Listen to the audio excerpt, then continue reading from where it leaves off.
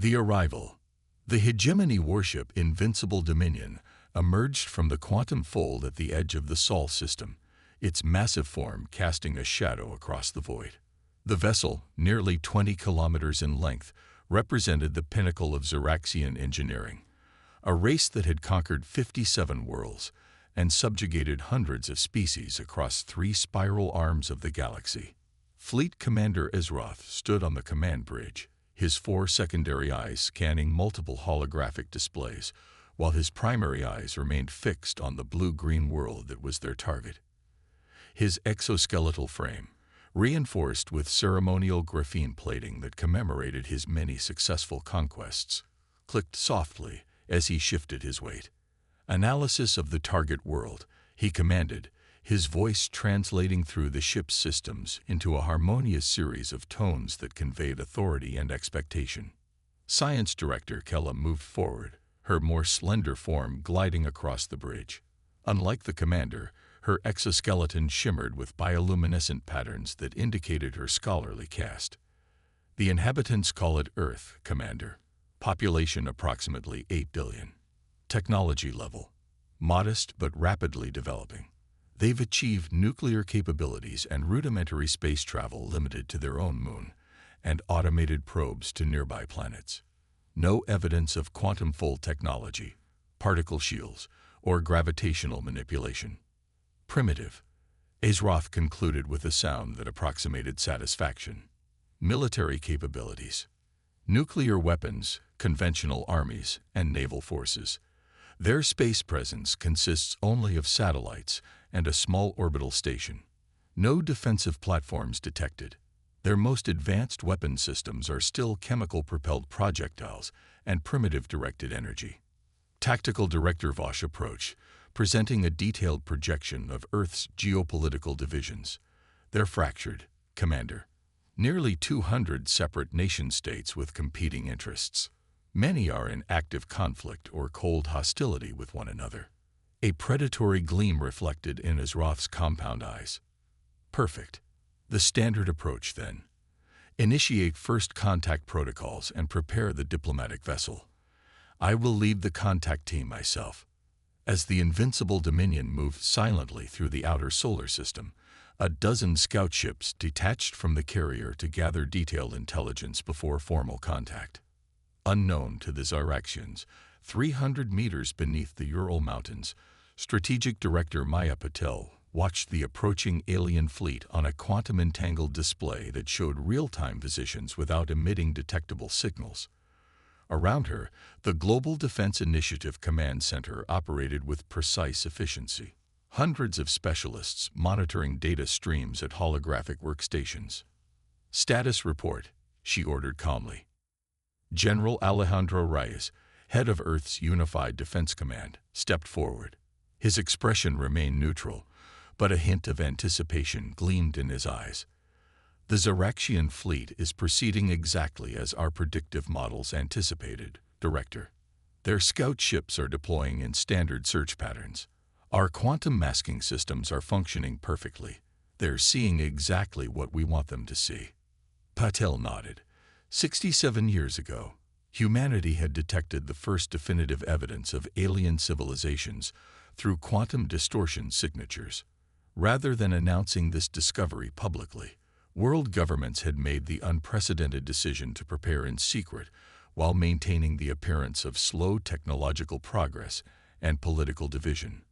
Behind closed doors, humanity had unified, pooling resources and the planet's greatest minds to develop technologies along an entirely different evolutionary path than standard galactic development. Are they following expected first contact protocols? Patel asked. Dr. Imran Okello, chief of Tenopsychology, consulted his data, to the letter. The Xeraxians operate on consistent behavioral patterns documented through our deep space observations. They approach seemingly developing worlds, offer technological and medical advancements to establish dependency, then gradually assert dominance. When resistance occurs, they demonstrate overwhelming force. Within a generation, the conquered species is fully integrated into their hierarchy, or eliminated. Not this time, Patel said quietly. Activate Deception Protocol Phase 2. Aboard the Invincible Dominion, Science Director Kella approached Commander Ezroth with an unusual expression crossing her mandibles. "Commander, something is irregular about this planet," she said. Ezroth turned, antenna twitching with impatience. "Explain." "The humans appear technologically stagnant in certain crucial areas. Their development timeline shows they achieved nuclear capability nearly 80 years ago, yet their advancement in space technology since then has been minimal. They've had the same basic satellite technology for decades. Perhaps they're simply not very intelligent," Ezroth suggested dismissively. "That's inconsistent with their cultural output, sir. Their arts, literature, and theoretical sciences show remarkable creativity and insight. It's as if..." "As if what, Director?" "As if they're deliberately underachieving." Ezroth considered this for a moment, then shook his head. "You're overthinking. We've seen this pattern before. Species that reach a certain technological threshold and then plateau due to resource limitations or social instability. Their political divisions explain their lack of progress. Yet as the massive ship positioned itself in high Earth orbit, a strange sensation crept along Ezroth's sensory receptors, an instinct honed through countless conquest campaigns. Something about Earth didn't quite add up. "Initiate deeper scans," he ordered suddenly. "Look for anything unusual, hidden facilities, power signatures, anything not consistent with their apparent technology level." The crew hurried to comply, and for several minutes silence dominated the bridge. "Nothing unusual detected," Commander reported Kella after completing the scan. "Their energy production relies primarily on fossil fuels, nuclear fission, and rudimentary solar collection. Military bases are as expected for their development level. No anomalous readings." Ezroth's antenna twitched in agitation, but he nodded. "Perhaps I'm being overly cautious. Proceed with first contact. Send the standard greeting message on all frequencies." At the United Nations headquarters in New York, the public face of Earth's governance, Secretary General Amara Okafor stood before assembled world leaders. The meeting was being broadcast globally, ensuring the Zeraxian observers would see it. "We have received communication from an extraterrestrial civilization," she announced with well-rehearsed amazement and appropriate gravitas. "They call themselves the Zeraxian hegemony and claim to come in peace." The assembled delegates erupted in controlled chaos, expressions of shock, fear, and wonder that masked the fact that every person in the room had been briefed years ago for this exact scenario. Meanwhile, in the mountain complex, Director Patel watched the performance with approval before turning to her communications officer. "Accept their invitation for a diplomatic meeting. Tell them Earth's leaders would be honored to welcome them."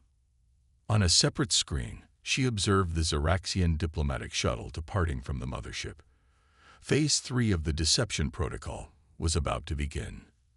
Commander Ezroth adjusted his ceremonial armor as the diplomatic shuttle entered Earth's atmosphere. With him were 11 high-ranking officers representing various castes of Zeraxian society. Their mission was simple: present themselves as benevolent advanced beings offering to lift humanity from its technological adolescence, establish dependency, and ultimately fold Earth into the hegemony. They had done this dozens of times before.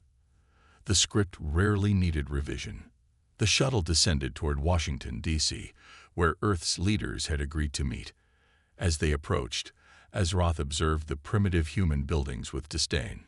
Yes, some showed architectural beauty, but nothing compared to the crystalline spires of the Zeraxian homeworld or the gravity-defying structures of the more advanced conquered races. Inside the White House, President Elena Rodriguez waited alongside a carefully selected group of world leaders. Behind the scenes, each wore a quantum neural interface disguised as a simple earpiece, connecting them directly to Director Patel and the strategic team. When the Zeraxian delegation entered the East Room, the humans displayed precisely the calculated mix of awe, apprehension, and respect that the aliens would expect. "Welcome to Earth. President Rodriguez said, stepping forward with hands outstretched in the universal gesture of peaceful greeting. "We are honored by your presence and eager to learn about your civilization." Ezroth towered over the human, his translator converting his harmonic speech into English. "Greetings, leaders of Earth. The Xeraxian hegemony extends friendship to your world. We have observed your civilization and recognize your potential. We come offering knowledge, technology, and inclusion in our galactic community." For the next 2 hours, both sides engaged in diplomatic pleasantries. The Xeraxians explained their vast interstellar civilization, describing the benefits of joining their hegemony, while carefully avoiding mention of the true nature of the relationship they intended to establish. The human leaders played their parts perfectly, appearing impressed, occasionally confused by advanced concepts, and above all, grateful for the Xeraxians' generosity. "We offer medical technology that will extend your lives by centuries," Ezroth declared magnanimously. "Energy systems that will end your dependence on fossil fuels. Fabrication technologies that will eliminate hunger and poverty." "This is most generous," President Rodriguez replied, her expression one of cautious optimism. "What would you ask in return for these gifts?"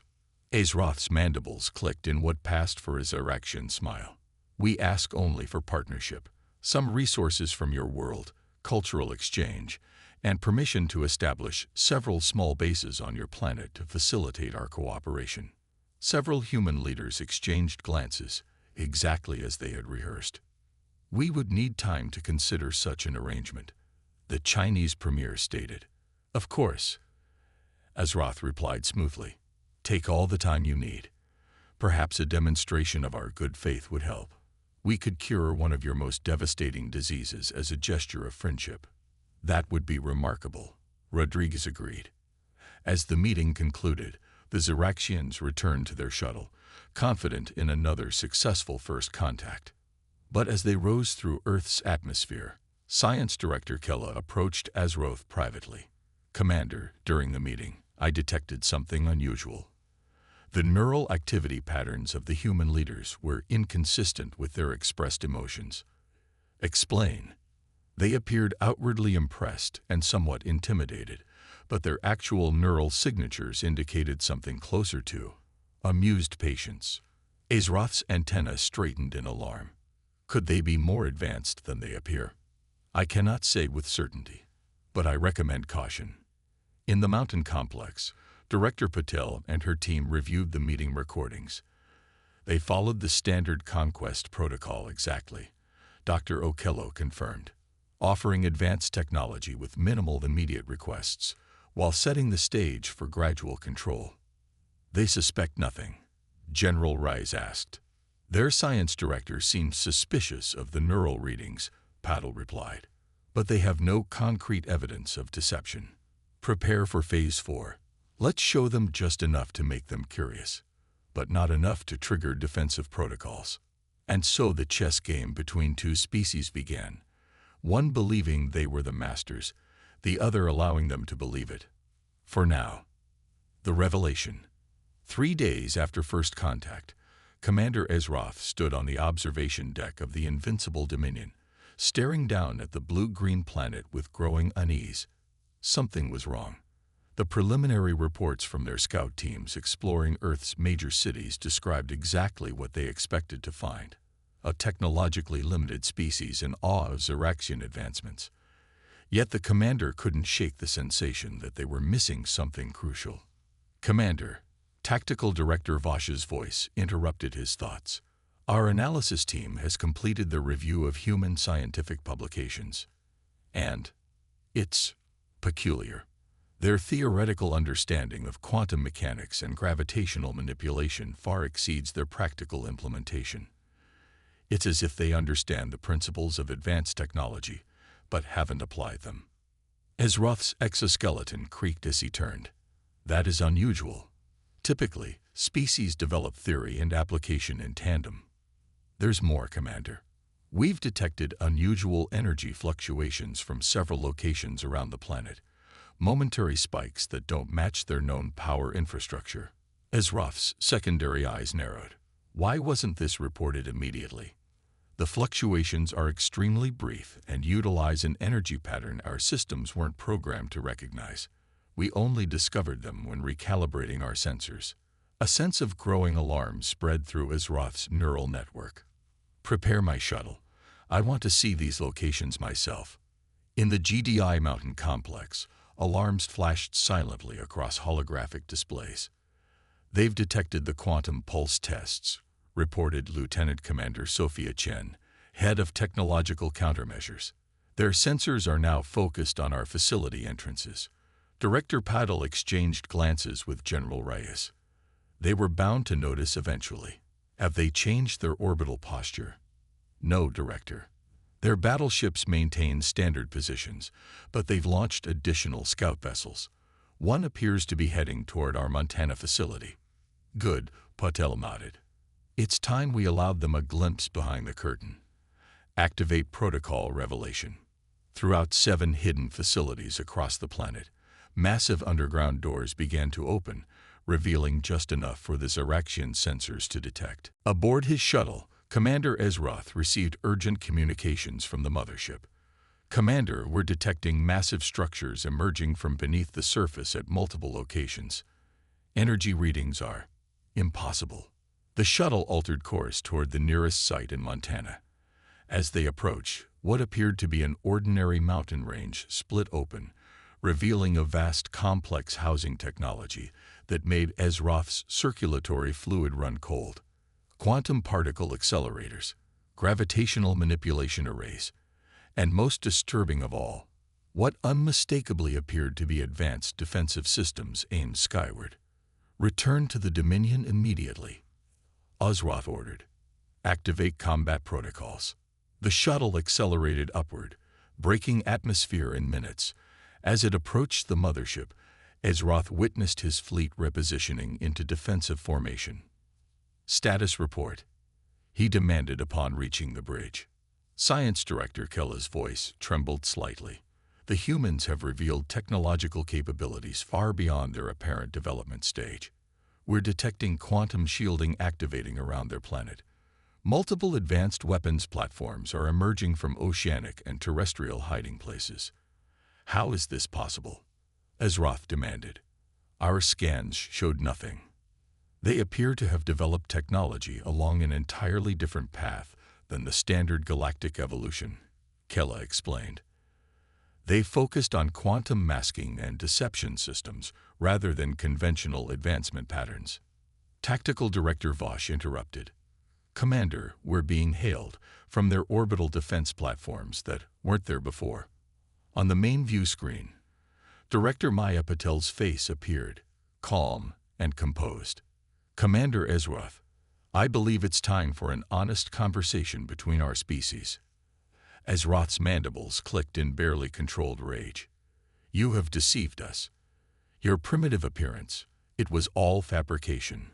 A necessary precaution, Paddle replied smoothly. The Zeraxian hegemony has conquered 57 worlds using the same approach. Offer technological advancement, establish dependency, and gradually assert dominance. We simply chose not to play the game by your rules. Impossible. How could you know this? How could you have prepared? 67 years ago, we detected quantum distortion signatures from your wars of conquest in the Cygnus arm. Rather than announcing our discovery, we prepared. While maintaining the appearance of political division and technological limitation, we unified behind closed doors and developed in secret. Azroth's tactical mind raced through implications. Your technological path is different from the standard galactic evolution. Yes, Patel finished for him. We focused on quantum manipulation, gravitational engineering, and most importantly, deception technologies. Our development has been guided by a simple principle. The best defense is not to be perceived as a threat until necessary. On the bridge of the invincible Dominion, warning signals flashed as sensors detected hundreds of previously invisible satellites and orbital platforms now revealing themselves around Earth. Commander, Vosh reported tensely. Their weapons systems have achieved targeting solutions on all our vessels. Their technology, It appears to be at least 3 generations beyond our own. The bridge fell silent as this impossible reality sank in. The Xeraxian hegemony had never encountered a species more advanced than themselves. Their entire conquest strategy relied on technological superiority. "What are your demands?" Azeroth finally asked, antenna drooping in the Xeraxian expression of defeat. Director Patel's expression softened slightly. "We have no interest in conquest, Commander. Unlike the Xeraxian hegemony, humanity has chosen a different path. We simply wish to exist unmolested, to continue our development, and to establish peaceful relations with other civilizations." Then why this deception? This humiliation? Because your civilization only respects strength. Had we revealed ourselves immediately, you would have returned with a larger fleet. This way, you understand completely what challenging Earth would mean. To demonstrate her point, a small quantum fluctuation rippled from one of Earth's platforms. In an instant, one of the smaller Xeraxian scout ships disappeared, reappearing moments later 5,000 kilometers away. "Quantum teleportation," Patel explained calmly. "Just one of many technologies we've perfected while you believed us primitive." In the tense silence that followed, Azeroth recognized the fundamental shift occurring in the galaxy's power dynamics. For millennia, the Xeraxian hegemony had expanded unopposed. Now they faced a species that had anticipated their arrival and prepared accordingly. "What happens now?" Azeroth asked. "Now, Commander, we negotiate as equals.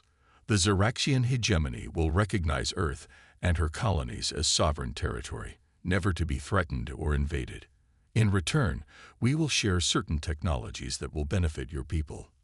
And if we refuse?" Patel's expression remained unchanged. "We have already uploaded quantum replication protocols to your ship's systems. We can dismantle your entire fleet with a thought, but we hope it won't come to that.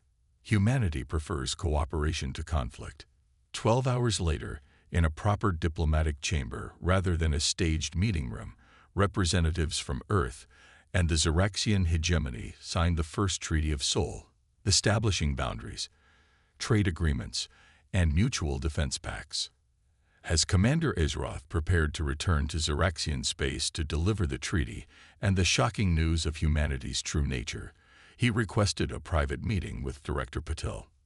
"There is one thing I do not understand," he said when they were alone. "Your deception was perfect, your technology superior. You could have simply destroyed our fleet when we arrived. Why reveal yourselves at all?" Patel studied the alien commander thoughtfully. "Because destruction is easy, Commander. Building something new is the true challenge. For centuries, the hegemony has expanded through conquest. We're offering you an alternative path, one of cooperation and mutual advancement, and the other species you've subjugated will be given choices under the treaty. Self-determination where possible, transitional governance where necessary." Azeroth's compound eyes reflected the light as he processed this revolutionary concept. "You understand this changes everything. The hegemony's entire purpose has been expansion through strength. Perhaps it's time for a new purpose," Patel suggested. "Exploration without exploitation, advancement without subjugation." As the Xeraxian fleet prepared to depart, news of humanity's true technological capabilities spread across Earth. Citizens learned of the decades-long deception, the hidden technological revolution, the unified planetary defense system, and the reality of humanity's place in the galactic community. And across the stars, word began to spread of the species that had outsmarted the mighty Xeraxian hegemony, a species that had developed along an entirely different technological path, a species that valued wisdom over conquest. The universe had never expected humanity's true power, and first contact had changed everything. In observation rooms throughout the solar system, humanity's leaders watched the Xeraxian fleet depart. They knew this was just the beginning. Other alien civilizations would come, some with peaceful intentions, others seeking conquest. But humanity would be ready. Their strategy of deceptive advancement had proven successful, and they would continue to evolve along their unique path, combining innovation with wisdom, strength with restraint. The stars were no longer beyond reach. They were humanity's inheritance, not to conquer, but to explore, understand, and protect. And across the vastness of space, the news spread like wildfire. Beware the deceptively simple world called Earth, for its inhabitants have mastered the greatest technology of all, the ability to hide in plain sight until the perfect moment to reveal their true power.